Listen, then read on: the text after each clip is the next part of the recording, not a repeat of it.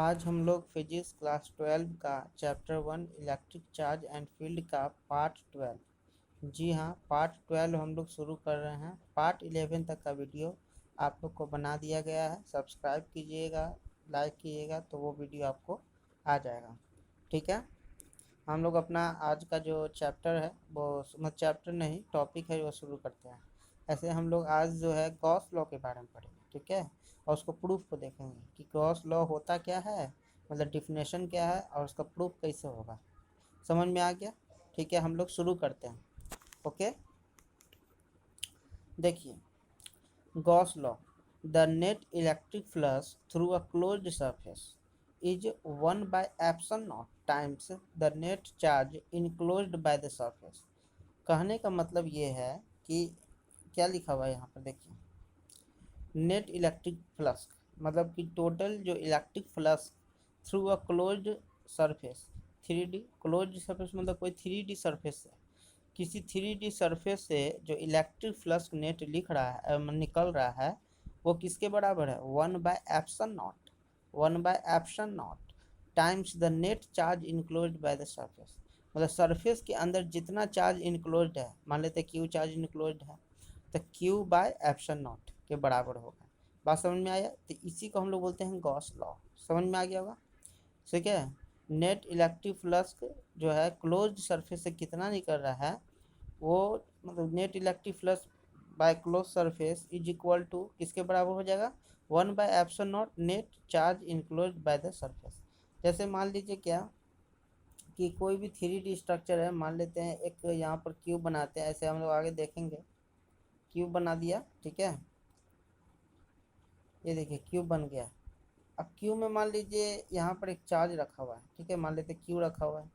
तो इससे जो चार्ज से क्या होगा कि इसमें जो इलेक्ट्रिक फ्लक्स निकलेगा वो इलेक्ट्रिक फ्लक्स मतलब कि फाई बराबर क्या होना चाहिए? Q/एप्सिलॉन नॉट होना चाहिए। 1/एप्सिलॉन नॉट इंटू, है ना, यही होना चाहिए। बात समझ में आ गया? तो इसी को बोलते हैं गॉस लॉ। क्लियर हो गया? अब इसका डेरिवेशन हम लोग देखेंगे, ठीक है।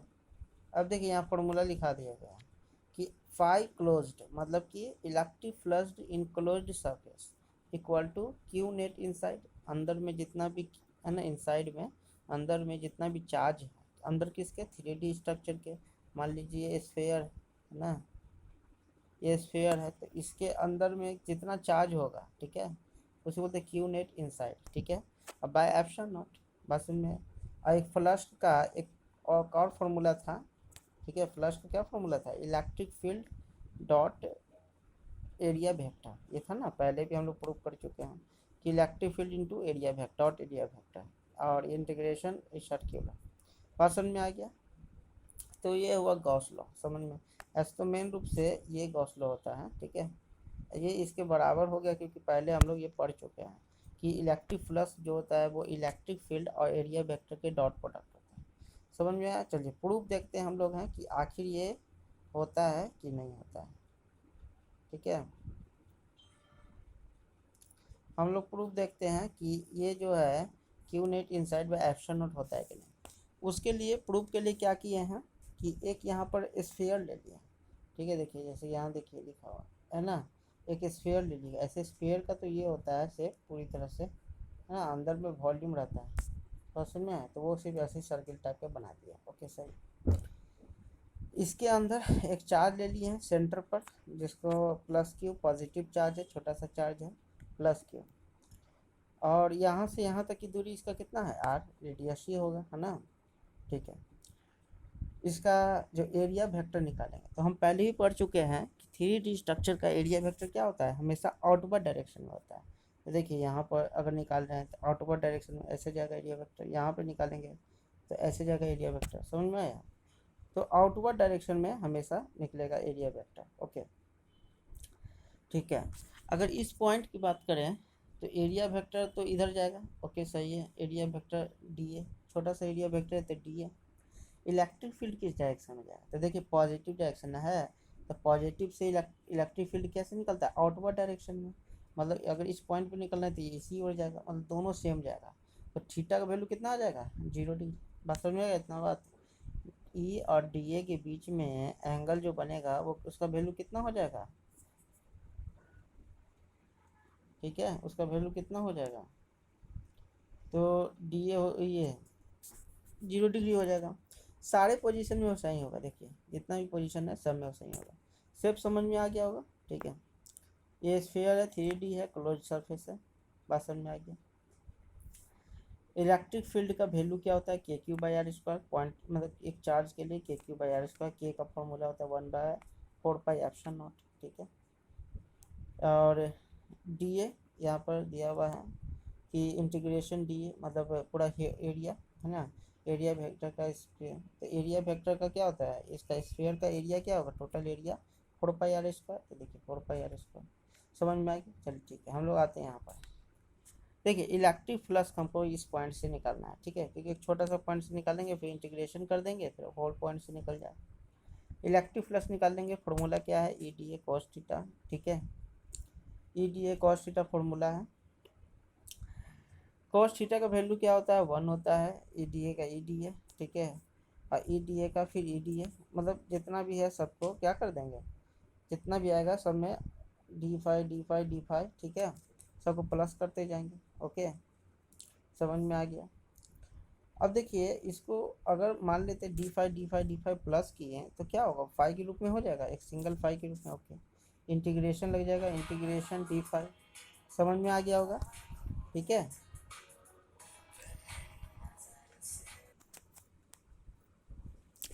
ठीक है, तो आप लोग इतना समझ गए हम। इसके बाद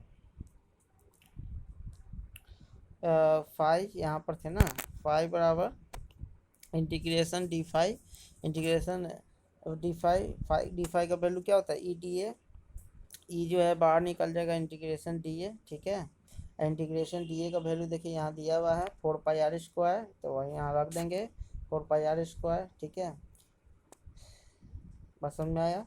ई का वैल्यू हो जाएगा 1/4πε0 Q/r², 4π से 4π कट गया, r² से r² कट गया, क्या बचा, तो बचा 5 बराबर कितना, Q inside by epsilon not, है ना। Q बाय एप्सिलॉन नॉट बचा, तो Q इनसाइड अंदर में जो ऑप्शन नॉट है। तो इस तरह से ये गॉस लॉ क्या हो गया, प्रूव हो गया। समझ में आ गया होगा आप लोग को, है ना। ये प्रूव कैसे होता है गॉस लॉ, गॉस लॉ बराबर होता क्या है, ठीक है। अब हम लोग क्या करेंगे कि कुछ कुछ देखेंगे एग्जांपल्स गॉस लॉ का कि कैसे और आगे बनेगा। अब देखिए जैसे यहाँ पे एक और चीज़ लिखा हुआ है, ये भी ध्यान रखना है। Size of closed surface do not affect net phi, मतलब कि जो क्लोज सरफेस है साइज वो फाई पर कोई डिपेंड नहीं करता है, ठीक है, बात समझ में आ गया। Size of close surface do not affect net phi, मतलब कि साइज कुछ भी हो, बड़ा हो छोटा हो, ठीक है, क्लोज सरफेस का, उस पर नेट फाई मतलब कि जो टोटल फाई का वैल्यू आया है उस पर कोई अफेक्ट नहीं करेगा। बात समझ में आ गया, साइज पे कोई इफेक्ट नहीं करेगा, ठीक है। देखिए यहाँ पर कुछ एग्जांपल दिए हैं यहाँ, जैसे देखिए ये क्लोज सरफेस है ना, क्यूब है, ये क्या है, सिलेंडर है, और ये क्या है, कोन है, ठीक है। अब देखिए क्यूब पर क्या है कि अंदर में एक चार्ज रख दिया गया है, इनसाइड एक चार्ज है, क्यू चार्ज है, ओके।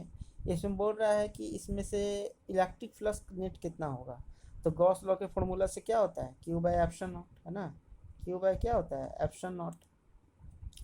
तो ये निकल जाएगा कि एक ही चार्ज है, Q by epsilon not, simple सा। सिलेंडर है, सिलेंडर में अंदर चार्ज क्या है, क्यू है, तो क्यू बाय एप्सिलॉन नॉट, सीधे गॉस लॉ से फाइनेट इलेक्ट्रिक फ्लक्स। अच्छा, और ये कौन है, कौन का क्या होता है, अंदर चार्ज क्यू है, क्यू बाय एप्सिलॉन नॉट। तो देखिए यहाँ पर एक और चीज़ लिखा हुआ है, जो ऊपर में लिखा था, shape of close surface do not affect net phi, मतलब किसी भी 3D स्ट्रक्चर का शेप एंड साइज अफेक्ट नहीं करेगा नेट फाई पर। नेट फाई मतलब क्या, इलेक्ट्रिक फ्लक्स पर, ठीक है, समझ में आ गया होगा। इलेक्ट्रिक फ्लक्स पर शेप और साइज का कोई इफेक्ट नहीं पड़ता है, सीधा बात है। चलिए अब देखिए गॉस लॉ में कुछ कुछ पॉइंट्स है जो हमें हम लोग को पता रहना चाहिए, ठीक है। ये सभी इंपॉर्टेंट पॉइंट्स है, इसलिए यहाँ पर हम लोग टॉपिक लिखे हैं इंपॉर्टेंट पॉइंट्स, क्लियर है। चलिए अब देखिए यहाँ पर लिखा हुआ है क्या, फाई, जिसको बोलते हैं क्या, फाई किसका, क्लोज सरफेस का। इलेक्ट्रिक फ्लक्स किससे निकल रहा है, क्लोज सरफेस से। तो जिससे हमको क्लोज सरफेस जो होता है उसको नाम क्या नाम दिया है, गॉसियन सरफेस, क्योंकि गॉस लॉ हमेशा क्लोज सरफेस पे ही लगेगा, याद रखना है। गॉस लॉ हमेशा क्लोज सरफेस पे ही लगेगा, और उस सरफेस का नाम हम लोग गॉसियन सरफेस भी बोल सकते हैं। इसलिए देखिए यहाँ क्लोज सरफेस को क्या बोला गया है, गॉसियन सरफेस, ठीक है। 3D close surface. 5 और क्या था, Q by epsilon not. Q क्या है, नेट चार्ज इनसाइड, अंदर में जितना चार्ज है, समझ में आ गया, ठीक है। पहला मोस्ट पॉइंट, पहला पॉइंट इसका देखिए यहाँ पर दिया हो, पहला पॉइंट एग्जांपल के थ्रू करके, कि मान लेते हैं ये कोई शेप है ना, इस तरह का कोई शेप है, और इस तरह का कोई शेप है, ठीक है। और ये एक 3D शेप है, तो बताए थे कि इसका एरिया वेक्टर जो होता है वो कहाँ होता है, बाहर की ओर होता है। मान लेते हैं इलेक्ट्रिक फील्ड ऐसे क्या हो रहा है, फ्लो हो रहा है। इलेक्ट्रिक फील्ड जैसे चार्ज, ये देखिए बाहर रखा हुआ है, क्यू चार्ज बाहर रख दिया गया है, इनसाइड नहीं है, आउटसाइड है, बाहर रख दिया गया है। तो यहाँ से देखिए इलेक्ट्रिक फील्ड निकला आउटवर्ड, बाहर की ओर, समझ में आ रहा है। शेप है, एक सॉलिड शेप है जिसमें बाहर क्यू चार्ज रखा हुआ है, और इससे क्या निकल रहा है, एक इलेक्ट्रिक फील्ड निकल रहा है, ठीक है। कितना समझ में आया, ठीक है। तो बोल रहा है कि इसका आप नेट इलेक्ट्रिक फ्लक्स निकाल के दिखाइए, नेट इलेक्ट्रिक फ्लक्स, ठीक है। देखिए अगर हम बात करते हैं इस पॉइंट की, इधर वाले सारे पॉइंट्स की, इधर वाला जितना भी पॉइंट्स इस बात पॉइंट की, तो देखिए एक जो है ये पॉइंट, एरिया वेक्टर क्या हो जाएगा, इस डायरेक्शन, क्योंकि एरिया वेक्टर हमेशा 3D स्ट्रक्चर में आउटवर्ड होता है, तो इसका अंदर की ओर होगा नहीं, बाहर की ओर होगा, ठीक है। इलेक्ट्रिक फील्ड कहाँ है, इस डायरेक्शन, कितना एंगल बन रहा है, 180 डिग्री, है ना। कितना एंगल बन रहा है, 180 डिग्री। तो देखिए क्या है, E D A cos 180 degree, cos 180 degree, इसका वैल्यू क्या हो जाएगा, नेगेटिव, ठीक है। अच्छा अब देखिए एक क्या लेते हैं, यहाँ का एरिया वेक्टर लेते हैं, तो यहाँ पर पॉइंट क्या है, एरिया वेक्टर कहाँ जाएगा, आउटवर्ड, बाहर की ओर, और इलेक्ट्रिक फील्ड भी कहाँ रहेगा, बाहर की ओर, आउटवर्ड ही रहेगा, है ना। तो इस तरह से थीटा क्या मिल जाएगा, मेरा थीटा मिल जाएगा 0 डिग्री, ओके। थीटा 0 डिग्री, और कॉस जीरो का वैल्यू क्या होता है, 1। तो देखिए इसमें क्या मिल जाएगा मेरा, पॉजिटिव, है ना, पॉजिटिव। मतलब क्या है कि अगर मतलब इलेक्ट्रिक फील्ड इधर ऐसे से ले रहे हैं, मान लेते हैं, तो एक पॉइंट इधर से सब ले रहे हैं, एक पॉइंट इधर से ले रहा है, क्लियर है। तो एक पॉइंट इधर ले रहे हैं, एक पॉइंट इधर ले रहे हैं, ठीक है। तो क्या हो रहा है कि मेरा एक आ रहा है पॉजिटिव में और एक आ रहा है निगेटिव में, मतलब एक दूसरे को कैंसिल ही कर देगा। मतलब कि नेट फ्लक्स हमेशा क्या हो जाएगा, नेट फ्लक्स अगर निकालेंगे तो क्या हो जाएगा, जीरो हो जाएगा।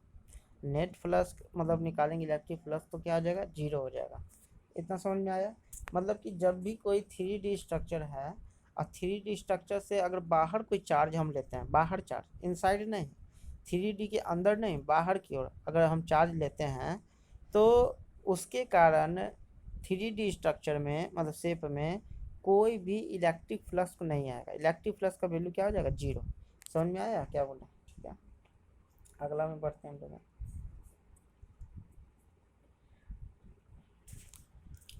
देखिए इसमें क्या है, एक ये भी एक मान लेते हैं क्लोज शेप है, Q1 Q2 दो चार्ज है, और Q3 क्या है, बाहर का चार्ज है, ओके सही है। तो अभी हमको अगर मान लेते हैं इस शेप को निकालना है, क्या है, नेट इलेक्ट्रिक फ्लक्स निकालना है, फाई नेट। तो अभी हम जस्ट बताए थे कि किसी भी शेप में अगर आउटवर्ड साइड में चार्ज रहेगा, आउटवर्ड साइड में चार्ज रहेगा, तो उससे उससे जो शेप में इलेक्ट्रिक फ्लक्स मिलेगा वो जीरो रहेगा। मतलब Q3 के कारण जो इलेक्ट्रिक फ्लक्स मिलेगा वो क्या रहेगा, जीरो रहेगा, बाहर है तो जीरो ही रहेगा। हमको जो इलेक्ट्रिक फ्लक्स मिलेगा वो इन दोनों चार्ज के कारण मिलेगा। फॉर्मूला क्या होता है, Q inside by epsilon not. Inside मतलब कि क्लोज सरफेस के इनसाइड कितना है, Q1 प्लस Q2 है ना, मतलब दोनों चार्ज हो जाएगा, Q1 plus Q2 okay by epsilon not. समझ में आया। और इंटीग्रेशन EDA भी लगा सकते हैं, पाई का वैल्यू होता है ना। और ये हो गया net field due to all charges, सभी चार्जेज के कारण इनसाइड या आउटसाइड। समझ में आ गया, पहला पॉइंट भी समझ में आ गया। पहला पॉइंट था कि अगर किसी चार्ज को आउटसाइड लिया जाए, किसी 3D स्ट्रक्चर के आउटसाइड लिया जाए, तो नेट इलेक्ट्रिक फ्लक्स जीरो हो जाएगा, बस समझ में आया। अगर दूसरा पॉइंट है कि अगर किसी 3D स्ट्रक्चर के अंदर जितना चार्ज है, तो इलेक्ट्रिक इलेक्ट्रिक फ्लक्स जो है वो सभी चार्जों को जोड़ करके बाय एप्सिलॉन नॉट करके इलेक्ट्रिक फ्लक्स आएगा, सभी जोड़ करके एप्सिलॉन नॉट करके आएगा। बात समझ में आ गया। तीसरा पॉइंट देखिए, तीसरा पॉइंट, ठीक है, तीसरा पॉइंट है, ये देखिए एक शेप है, ओके सही है, डायपोल मान लेते हैं कि यहाँ पर एक डायपोल रखा हुआ है, ओके सही है, डायपोल रख दिया,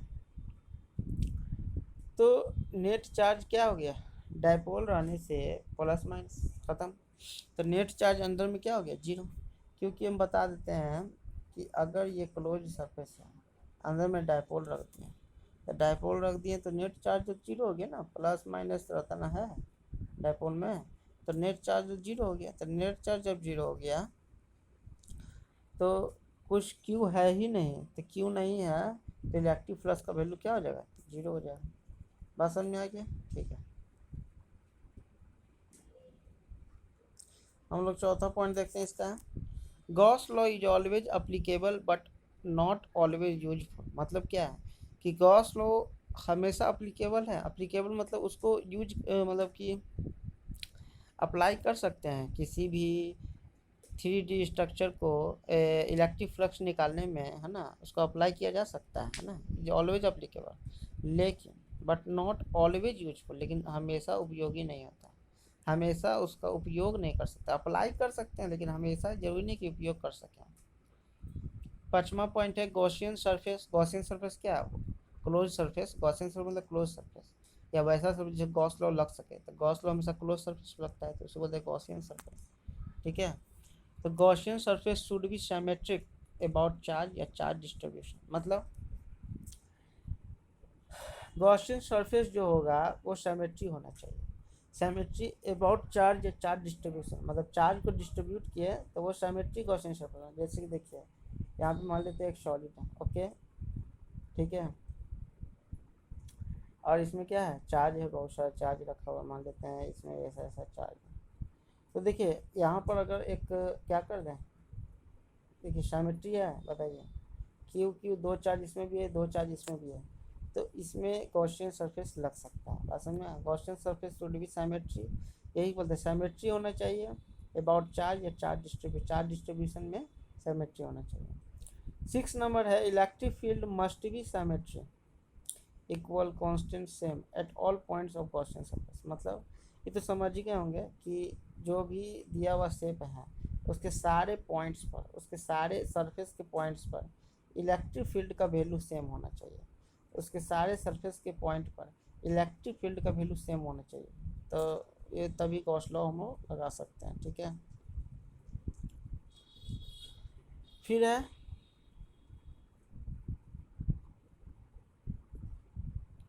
उसके आगे कौन सा पॉइंट्स था, हाँ 7 पॉइंट्स, द थीटा, थीटा किसके बीच में है, electric field and area vector के बीच में, है ना, the theta angle between electric field and area vector must be same at all points of the surface, मतलब कि थीटा जो है वो सेम होना चाहिए सभी पॉइंट्स पर, है ना, सरफेस के सभी पॉइंट्स पर सेम होना चाहिए, ठीक है, थीटा का वैल्यू जो है, the theta must be same at all points of the surface, चाहे थीटा 0 डिग्री हो या 90 डिग्री हो, ई और ए के बीच में हमेशा थीटा क्या होना चाहिए, सेम होना चाहिए।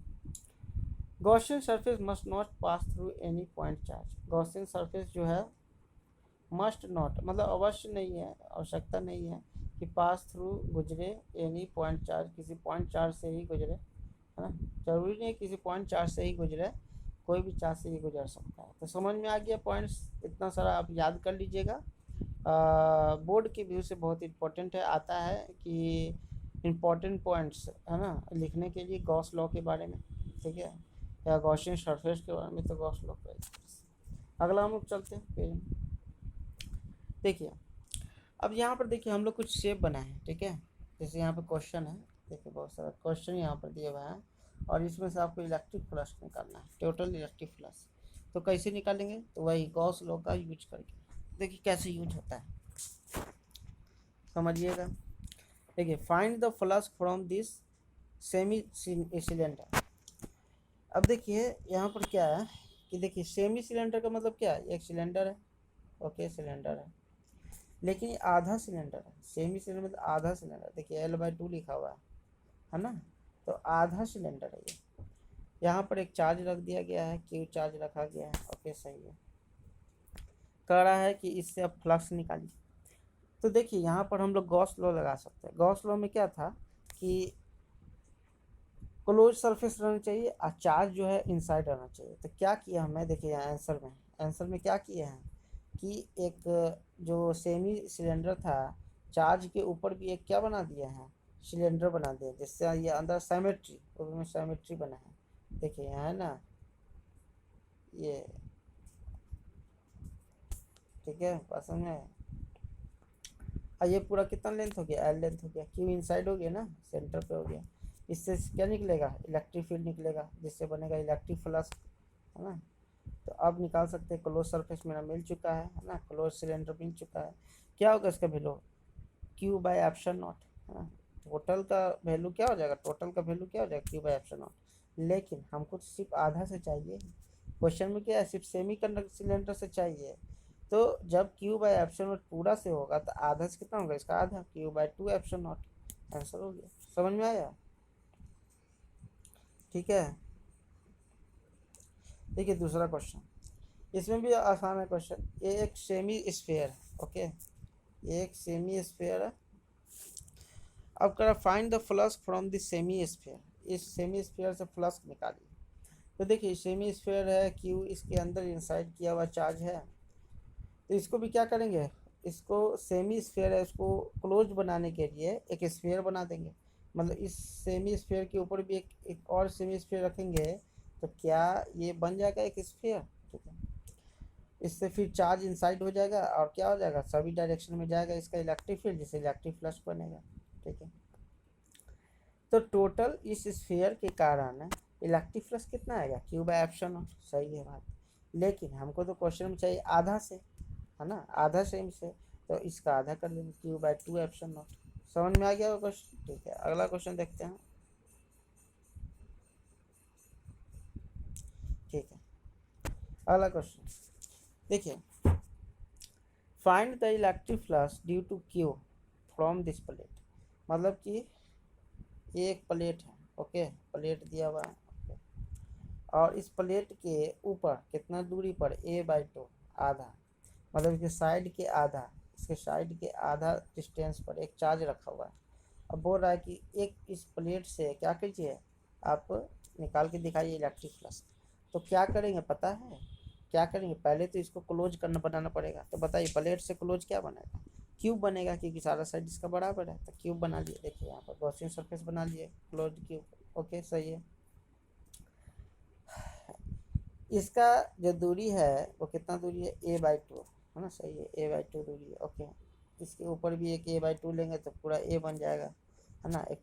ठीक है, इससे निकलेगा क्या, इलेक्ट्रिक फील्ड, जैसे इलेक्ट्रिक फ्लक्स। तो टोटल क्यूब के कारण कितना निकलेगा इलेक्ट्रिक, Q/ε0। वो तो पहले ही फॉर्मूला है कि टोटल क्लोज्ड सरफेस के कारण जो है इलेक्ट्रिक फ्लक्स निकलेगा वो Q/ε0। ओके, हमको चाहिए क्या, सिर्फ एक प्लेट से, क्योंकि क्यूब में तो 6 प्लेट होते हैं। तो हमको चाहिए लेकिन सिर्फ एक एक प्लेट से कि कितना इलेक्ट्रिक फ्लक्स निकलेगा एक प्लेट से। तो एक प्लेट्स के लिए क्या करेंगे, 1/6 कर देंगे, 6 का ही नहीं वैल्यू है, ये वैल्यू जो है वो 6 का है। तो Q/6ε0, Q/6ε0। समझ में आ गया होगा। एक छोटा सा यहाँ भी क्वेश्चन है। ऐसे तो ये तो इसी में बताया हुआ है कि एक यहाँ पर क्या है, चार्ज है, इनसाइड में क्यूब है, चार्ज अंदर रखा हुआ, electric flux through shaded faces. देखिए ये शेड किया हुआ फेस है, ये शेड किया हुआ फेस है। तो इसके कारण आपको निकालना है इलेक्ट्रिक फ्लक्स। तो कैसे निकालेंगे, तो सही बात है, एक प्लेट से निकालना है ना, ऐसे पूरा से क्या निकलता है, Q/ε0। क्या निकलेगा, Q/ε0। तो एक प्लेट से क्या निकलेगा, Q/6ε0। देखिए आंसर आ गया, समझ में आ गया। इसी तरह से हम लोग है ना क्या करेंगे, गॉस लॉ का यूज करके हम लोग सारे सेप 3D स्ट्रक्चर से बना सकते हैं क्या, इलेक्ट्रिक फ्लक्स निकाल सकते हैं। देखिए और भी क्वेश्चन है इसमें। अब देखिए यहाँ पर थोड़ा सा दिमाग लगाने वाला क्वेश्चन है। ये क्वेश्चन S.T. वर्मा में भी है, बोर्ड में भी क्वेश्चन पूछा हुआ है, CBSE बोर्ड में। ठीक है, JEE मेन में भी आया हुआ है। Find the electric flux due two cube from this cube. इसमें है क्या अचरज कि एक क्यूब है, लेकिन चार्ज इसके अंदर नहीं है, इसके कॉर्नर पे, ऊपर वाले कॉर्नर पे है ना। तो इससे क्या निकलेगा, इलेक्ट्रिक फील्ड निकलेगा इस चार्ज से, ऐसे ऐसे ऐसे ऐसे इलेक्ट्रिक फील्ड। सही है। लेकिन हम जब इसको गॉस गॉस लॉ लगाएंगे, ठीक है, हम जब इस पर गॉस लॉ लगाएंगे तो हमको तो चाहिए क्या, क्लोज सरफेस, तो इसको क्लोज बनाना पड़ेगा ना। अच्छा, देखिए ये एक बॉक्स क्यूब है, ठीक है। अब क्यूब को हमको इनसाइड रखना है, मतलब अंदर में, देखिए यहाँ पर अंदर में रखना है। तो पता है कि इसको जो है हम लोग कैसे क्लोज बनाएंगे, इसके ऊपर क्या करेंगे, क्यूब और रखते जाएंगे। इस तरह से टोटल हमें कितना क्यूब मिलेगा, 8 क्यूब मिलेगा, 8 क्यूब हम लोग को मिलेगा, ठीक है। कितना क्यूब मिलेगा, 8 क्यूब मिलेगा। तब ये इनसाइड हो जाएगा। बात समझ में, वो अपना देख लीजिएगा, समझ लीजिएगा। 8 क्यूब मिलेगा ही, ठीक है। ये देखिए 2 इधर मिल जाएगा, 4 फ्रंट में और 4 बैक में, और क्यूब बीच में आ जाएगा, ठीक है। 4 फ्रंट में, 4 बैक में, और क्यूब बीच में आ जाएगा। तो टोटल जो इलेक्ट्रिक फ्लक्स मेरा मिला है ना, और 8 क्यूब से वो कितना मिला, क्यू बाय एप्सिलॉन नॉट।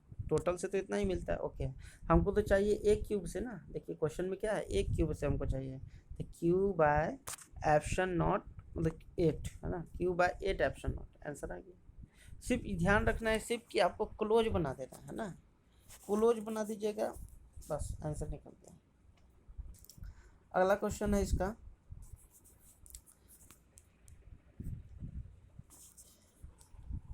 देखिए इसमें क्या है, find the electric flux due to Q from each face. अब इसमें बोल रहा है कि प्रत्येक फेस से हमको चाहिए क्या, इलेक्ट्रिक फ्लक्स। प्रत्येक फेस से हमको चाहिए क्या, इलेक्ट्रिक फ्लक्स। अच्छा देखिए एक बात,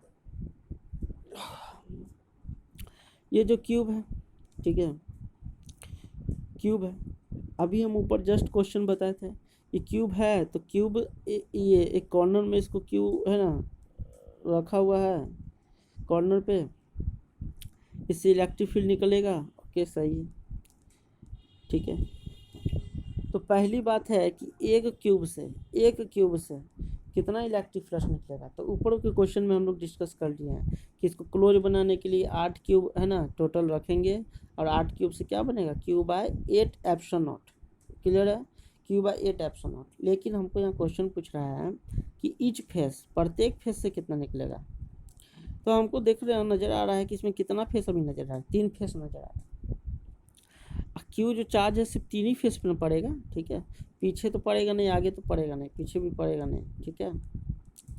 तो हम लोग को क्या करेंगे कि 3 फेस मतलब क्यू बाय 8 एप्सिलॉन नॉट से पूरे क्यूब में पड़ गया। ओके सही है।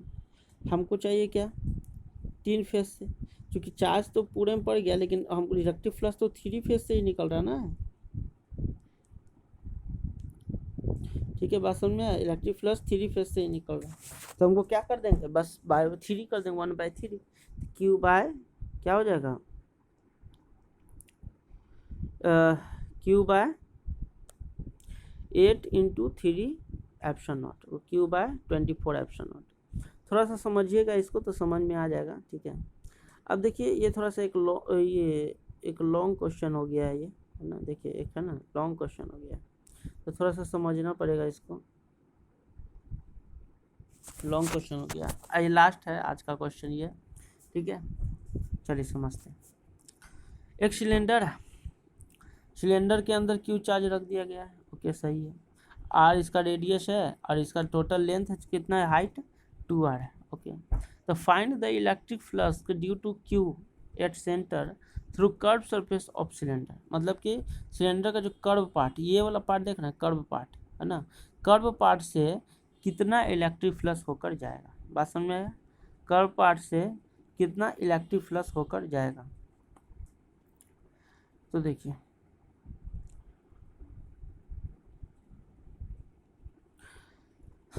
ये एक सिलेंडर है, इसको हम सीधा रख दिए हैं सिलेंडर को ना। क्यू चार्ज इसमें है ना इनसाइड था, क्यू चार्ज इनसाइड है, ठीक है। अब इस क्यू चार्ज से क्या होगा, चारों तरफ निकलेगा है ना इलेक्ट्रिक फील्ड। ओके, चारों तरफ इलेक्ट्रिक फील्ड निकलेगा, है कि नहीं, ठीक है। अच्छा ये जो है ये आर है, ये सीधा जब जाएगा और ये इधर जाएगा, ठीक है। तो ये कितना डिग्री बना रहा है, 45 डिग्री, है ना, ये 45 डिग्री बनाएगा। ओके, तो पहली बार हम देख रहे हैं कि ये जो शेप है इसमें देखिए एक कोण मिलेगा। देखिए तो ऐसे एक कोण मिला, देखिए यहाँ पर एक कोण मिलेगा। पहले देखिए मिला कोण, इसका बीच का भाग ऐसा कितना डिग्री, 45 डिग्री, समझ में आया, एक कोण मिलेगा। उस तरह से नीचे भी एक कोण मिलेगा। तो कोण जो होगा वो सिर्फ निकलेगा क्या चाहिए, सर्किल वाले पार्ट से इलेक्ट्रिक फ्लक्स को दिखाएगा। ये भी कोण क्या होगा, सर्किल वाले पार्ट से इलेक्ट्रिक फ्लक्स को दिखाएगा। बच जाएगा क्या, कर्व पार्ट, हमारा कर्व पार्ट बच जाएगा। मतलब टोटल में से, टोटल मतलब कि पूरे सिलेंडर में जितना भी इलेक्ट्रिक फ्लक्स था उसमें से इस सर्किल वाले पार्ट्स के इलेक्ट्रिक फ्लक्स को हटा दिया जाए तो क्या हम लोग ये कर्व वाले पार्ट से इलेक्ट्रिक फ्लक्स नहीं निकालेंगे। बात समझ में आए, कर्व वाले पार्ट से इलेक्ट्रिक निकाल देंगे ना। पहले हम कोण का निकालते हैं, ठीक है, 3D स्ट्रक्चर है। तो देखिए, है ना, इलेक्ट्रिक फ्लक्स थ्रू कोण, है ना, बराबर